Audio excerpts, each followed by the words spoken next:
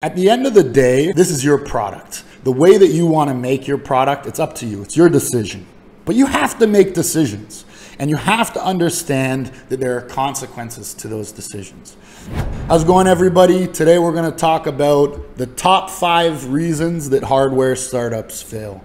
So for the video, I'm going to go through 3 parts. First is defining what a failure is. Second, we'll go over the top 5. And third, I'll give what I think is the best way to make sure that your startup succeeds when it comes to hardware. First up, what's a failure, right? A lot of people think not being profitable is failing. And to me, that's just not accurate at all. If you're running a crowdfunding campaign, for example, and you raise $1 million, well, after development costs, tooling costs, design costs, marketing costs, if you deliver everything and you break even, you're a few steps ahead of your competition. Most people think that you should run a crowdfunding campaign to make money. That's just not what they're for, at least initially. The purpose of crowdfunding was to start companies, right? To be a launch pad, to help companies create a foundation so that they could build, right? It's not about money making. Money comes with scale and success, and you should never define yourself as successful or a failure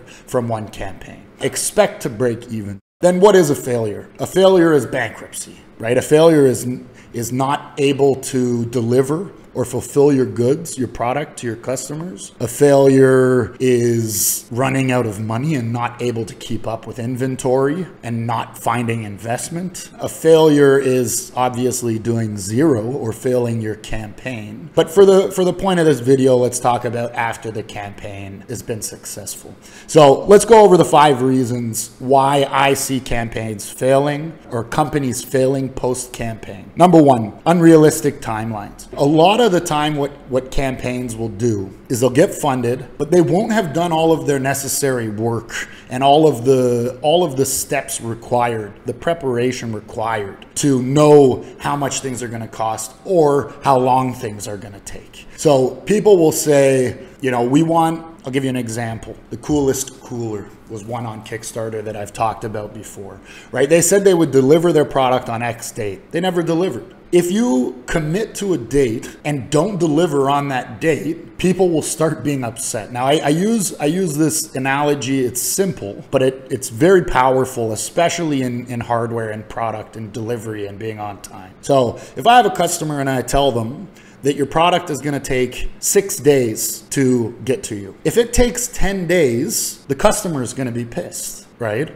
I overcommitted to when the customer will receive their product. Same exact customer, rewind, I tell the customer it's going to get there in 14 days. It gets there in 10. Exactly the same situation, same customer, same product, same delivery. The only difference is framing, the way that you frame it. And in hardware, people don't do this, but you have to learn to undercommit and overdeliver. You have to accept that there will be hiccups. Hiccups don't make companies fail. Hiccups that are dealt with improperly make companies fail. You know, you have to roll with the punches. And so being prepared and having realistic timelines are of the utmost importance. If you don't have those, then you could be bound to fail. Number 2, underestimating development costs. So we'll have companies come to us. I'll give you another example. One of our customers raised $1.3 million on Indiegogo. This is a while ago, a few years back. They're called GoKey. And, you know, $1.3 million, it's a lot of money, right? Everyone expected it to deliver. It was a cool product at the time. Now, if you see it, it's going to be very outdated. That space grew very quickly. But at the time, it was very cool. It was unique. It was a good design. They did a really good job with the campaign and their marketing and everything. Then they spent $250 or something like that on design with some Silicon Valley firm. And I remember the client came to me and said, you know, we want to make this, but we need the prototype for CES in 4 weeks. That's just not a thing, right? It's not a thing. But more importantly is when our team of engineers looked at the files, back then it was probably 1 engineer, they just weren't good. You couldn't use them, right? They were pretty.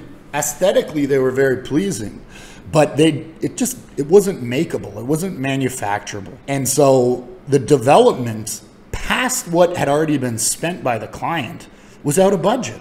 There was no more budget to develop the product properly. All they had was a bunch of pretty rendering files. And it was kind of a sad story because, you know, we did it. We did what we could. We developed the prototype. We got it ready for CES.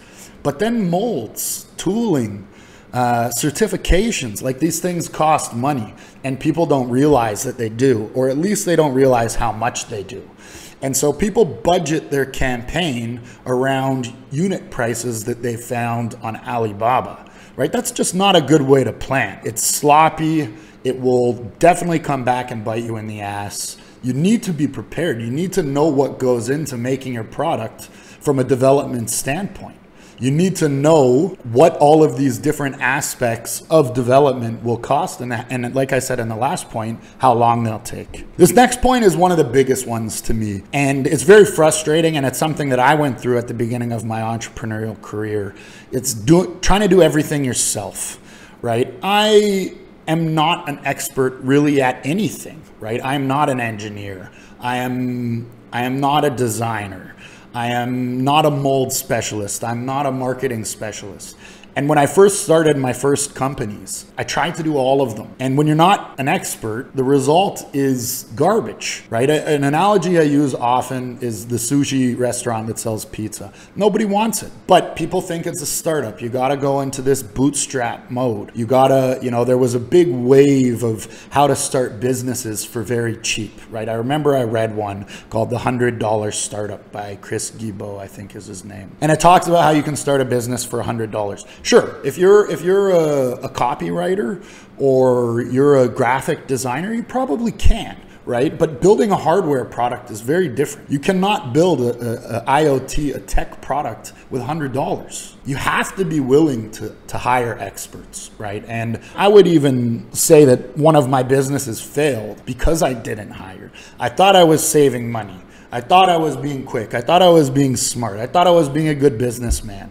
But the reality is that I wasn't, right? Those things just came back and got me, right? Trying to do shoddy work myself instead of paying an expert to do it, right? It's very penny wise, pound foolish. And so I see a lot of young startups in the hardware space especially that try to do everything themselves. They don't admit their weaknesses. They're not willing to pay now to avoid huge payments in the future. Don't do it. Pay now. Pay experts. Get your stuff done properly. Next point. Overpromise and underdeliver to customers or backers. I don't remember the name right now, but we can probably find it and put it in. A 3D printer. It was the cheapest 3D printer that had ever been made. And they had committed to some of the nicest components in the space. And just looking at the BOM, right? The bill of materials, looking at what they had put into this printer and what they were trying to sell it for, it just wasn't going to happen, right? But when they raised a bunch of money, what are they going to do, right? They cut corners. So they overcommitted on what this product was going to be. They overcommitted on how quality the product was going to be, on what they were going to deliver to their customers. And it just wasn't that. And everyone who got one was upset. Those 3D printers are probably in landfills all over the world, right? Nobody used them. They weren't good product. They overcommitted and they couldn't deliver. And so, you know, there's a bit of a repeating pattern here, and that most of these problems are about a similar thing, which I said we'll get to later. So make sure that you do plan, that you do prepare, and you know what you can do. Don't oversell your capabilities as a product, as a company, right? Sell them the perfect amount. Sell what you're capable of doing, and people will buy as long as you deliver. They will keep buying, and then you'll have a company. Last one, decision paralysis. This is also a big one too. Right? At the end of the day, this is your product. The way that you want to make your product, it's up to you. It's your decision. But you have to make decisions. And you have to understand that there are consequences to those decisions. Right? We'll have clients who say, you know, I really want to do this. And, you know, our response as a company is to say, we would love to help you make the highest quality of whatever you want to do. But you have to have an idea. Right? Just saying, I wanna make a computer mouse. Well, now you're creating more problems, right? What about your mouse is going to be special? What about your mouse is going to have USPs, right? Unique selling propositions.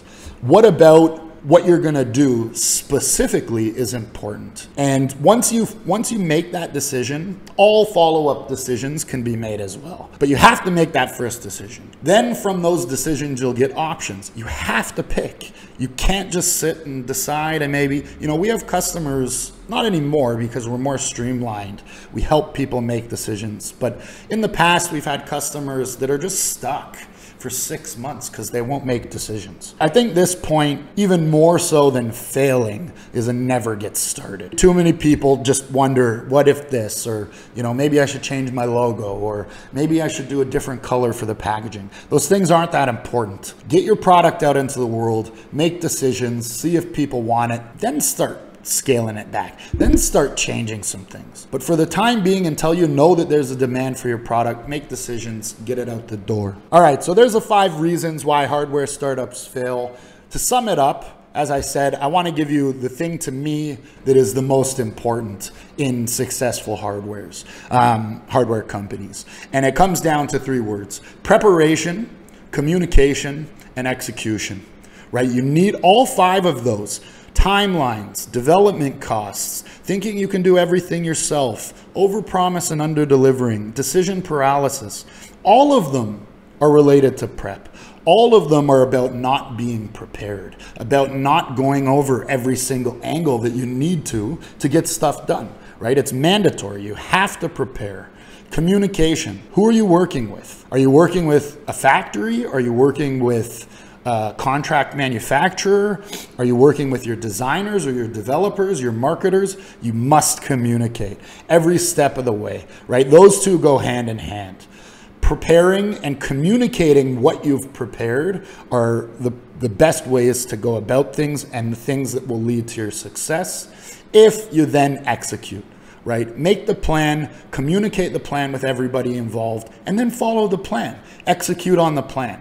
They may seem simple, they may seem like I'm oversimplifying things and a bit of a generalization, but you'd be surprised at how few people do this properly and how little work it takes. Not to say it's easy, but it's about the mindset and framing your plan and getting everything in a way that people can understand through proper communication. If you do those things, you can execute, you'll have a successful hardware startup, and you'll avoid these 5 reasons why most hardware startups fail. Peace.